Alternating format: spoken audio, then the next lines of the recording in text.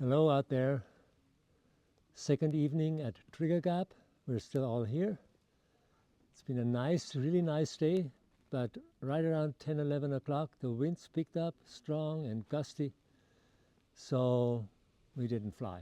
Well, I didn't fly.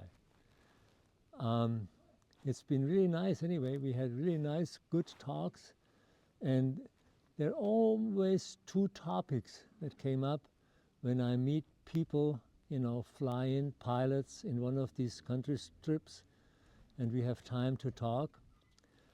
And one of them is, and that's kind of interesting to me, that I would say 90% of all pilots I have met in those backcountry, quote-unquote, trips come from a family of pilots. There's been flying in the family forever.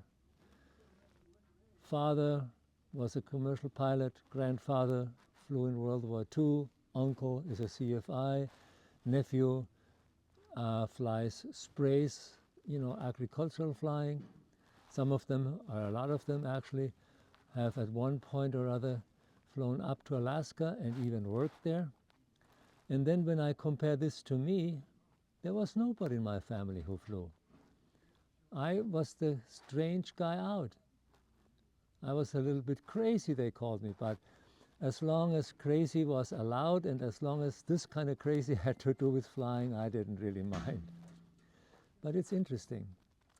Different histories, different background, in Germany at least, than here.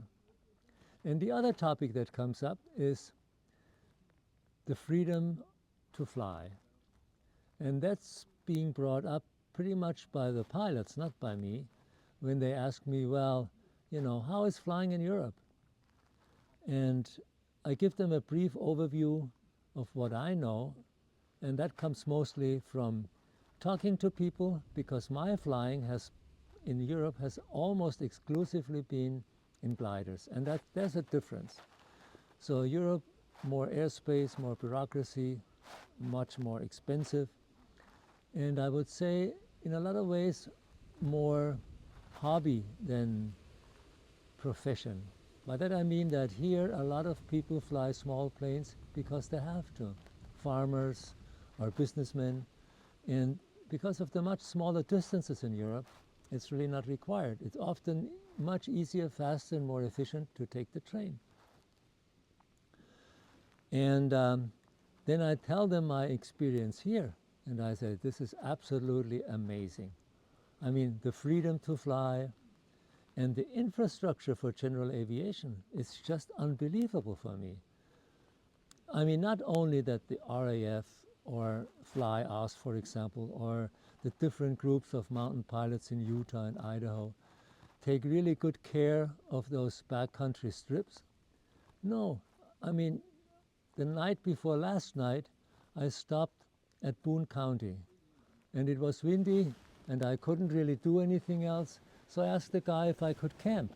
And he looked at me a little bit weird and said, how did you get here? And I said, well, I just, tied down and I filled the tanks and everything. And said, oh, well, you know what?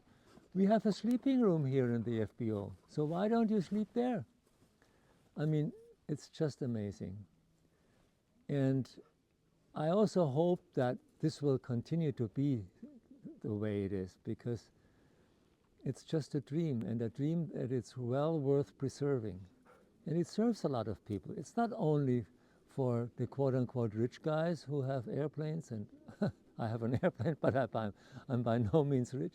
No, because a lot of those planes, a lot of these places also serve other purposes, be it as a base for firefighters, or Forest Service maintains a lot of strips back out west, and flying clubs, I mean, you name it. It's really, really something that I cherish a lot, and I feel very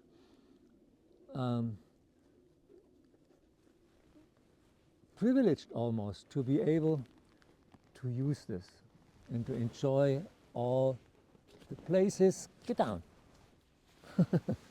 the places and those wonderful people I meet. Well, that was what I wanted to talk to you today. Thanks for watching and see you next time. Bye-bye.